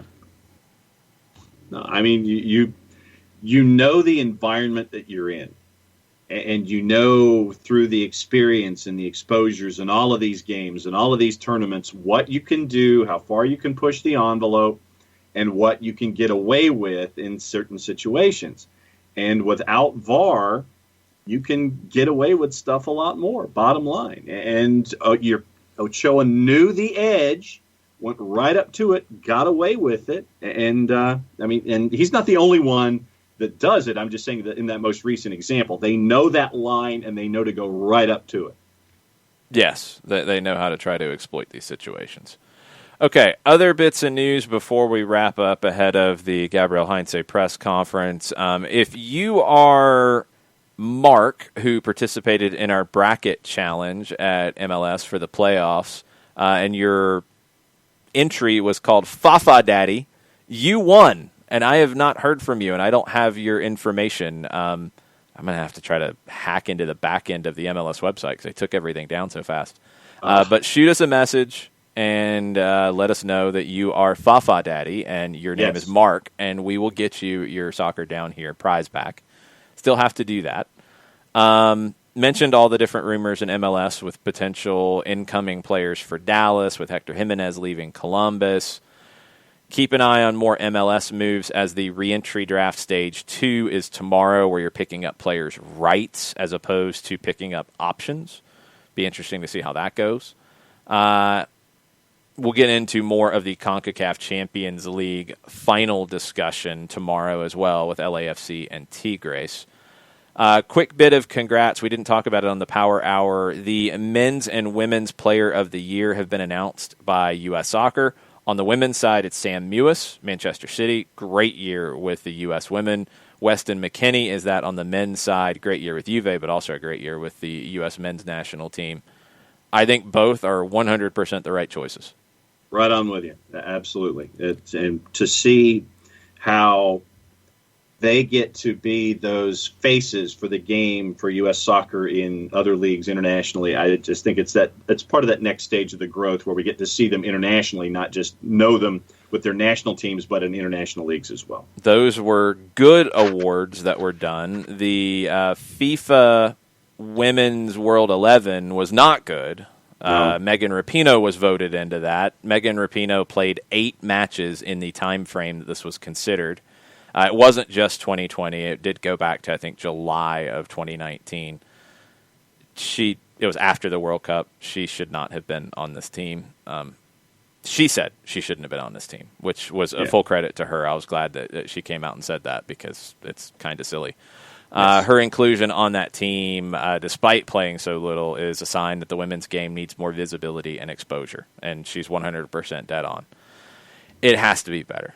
It has to be better on this stuff, but I have said this before. I'll give you an update. Ahead of the NWSL Challenge Cup, I sent out an email to every media director in the NWSL asking to be added to mailing lists or asking if there was anything specifically that they were putting out in regards to the Challenge Cup, because we would like to do more coverage of the Challenge Cup.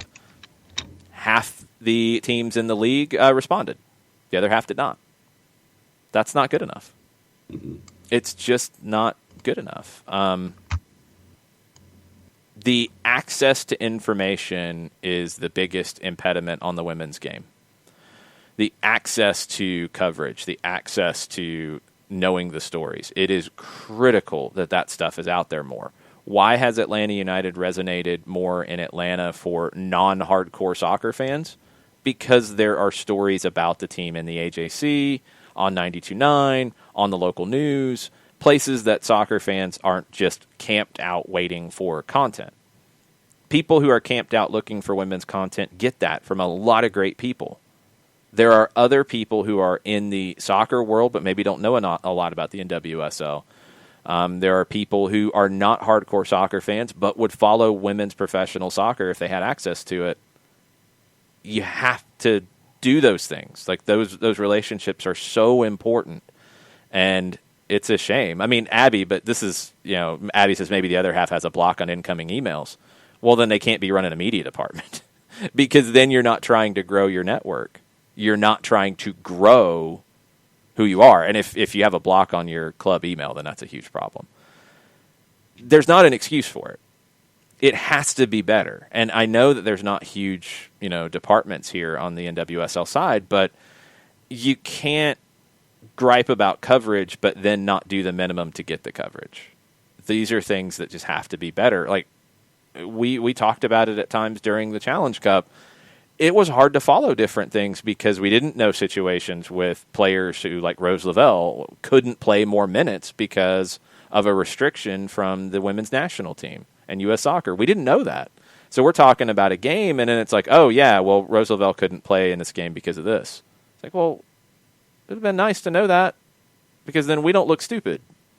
And when you don't give all the information and you don't share these things, it's very difficult. So for a league and a sport that needs more coverage, you got to go the extra mile to get there. I want more from it, and it's very hard when it's just time after time. I mean, we talked about it before the season, I think, last year. It's like, we want to talk about it, but there's no content on your website. Yep. It's just, please. Like, we want to give you the exposure. We want to continue to grow the game, but you got to meet us here. You need more outside of the women's soccer bubble. That's not going to grow it. Just like MLS needs to get outside of the soccer bubble to grow. You can't grow in a bubble. You can't, if you're baseball right now, you can't grow in the old-time baseball fan base bubble because new fans aren't following baseball because you're not talking to them. You're talking to the fans you've had for a long time, and that bubble's shrinking. It's just American football, it's everywhere. The NFL's everywhere. You're going to find it wherever you are. I mean, you watch, just general news, and somebody's going to talk about how their favorite team didn't make the playoffs or whatever. Like, it just pops up. It's there. Nickelodeon's doing a cartoon-based version of their play-by-play coverage for a wild card game. Yeah, because it's ubiquitous and it's everywhere, and you can't avoid it. You're not going to get that straight away with women's soccer, with men's soccer, with any of it, but you have to get outside of your bubble. And that's why, like we talked about it on the show, and I've had a couple people reach out about it. That's why it's important for Randy McMichael, Hugh Douglas, Dukes and Bell, people who are not soccer related to be talking about soccer on their general sports show on 92.9. It's absolutely important. It's very important for all of the sportscasters in town on their local newscasts when they mention Atlanta United in those places because you're getting outside of the bubble. Women's soccer can get into two different bubbles. They can get into the general soccer bubble that sometimes they don't get enough coverage in. And if people aren't covering it because they just don't think it's a big deal, then that's on them. They're wrong. But if people aren't getting enough help to cover it, that's a problem. We've covered it as best as we can with the limited resources we have. I would love to do more. But man, there's been multiple times now that it's like we want to do more and it's just not available to do more. And it's frustrating. And we're not going to stop covering it because of that, but we're not your average show or, people anyway. Like I said, we're a bunch of misfits. So we're still going to talk about it the best we can. But for others, it's just going to be like, well, I'm not going to waste my time because I can't get any help in covering it. Just what it is. All right, so that's my griping for the morning. But those things affect why you get Megan Rapinoe playing 8 games, getting voted to a FIFA World 11. This is not just a U.S. thing either on the women's game. It has to be better across the board. Okay, so Monteflo is still working on recipes. Still looking for dulce de leche, I believe. If you are looking for the Gabrielle Heinze press conference, you can turn on your radio on 92.9 The Game. You can turn on your radio.com app and listen to the press conference. You can go to the Atlanta United YouTube page and watch the press conference. It'll be Gabrielle Heinze speaking, Carlos Bocanegra will speak, and then Mike Conti and I, after all is said and done, will be on Facebook.com/929thegame to recap all of it with a special short version of Stoppage Time. We'll talk about it more on Soccer Over There tonight at 7 o'clock. It'll be interesting to see what he says. I want to see how much he talks about kind of that mentality of this is the way we're going to play, this is what we're going to do. I'm excited about it. For those of you who are subscribers on Twitch and Patreon members, check all of your messages and emails, et cetera, et cetera. The Soccer Down Here Discord is now open for business. Even John figured out how to get on it. Blown away by that. He sorted it out, so that invite has gone out to everybody who supports the show above and beyond. It's kind of a way to continue conversations. It's a way to start conversations ahead of the next day's shows, stuff like that. So find your invites. If you are a member of one of those two places, a subscriber on Twitch, or a member of our Patreon, patreon.com/soccerdownhere, and you have not seen your way to get into the Discord, please let us know, and we'll get you set up. Yes, Kelly, there is a Discord. Discord. We'll get you set up, Kelly. Everybody, we're there. It was a lot of fun on the Discord watching the madness that was CONCACAF Champions League. So thanks to everybody for supporting us. We wanted to do this as kind of a SDH Clubhouse kind of thing. So it is there for you now. Shoot me a message if you need to get in any of those different ways. If you have an Amazon Prime account, you can support us on Twitch that way. It's actually pretty easy to do. You can look it up and get that sorted out, and you're not even paying any extra, and you're supporting the show, and we really appreciate that. So enjoy the press conference with Gabrielle Heinze. Thank you for being part of SDH. We'll be back with Soccer Over There at 7. Be on the lookout for the notifications on Facebook for stoppage time after everything is said and done. Mucha plata, y'all. Mucha plata, y'all.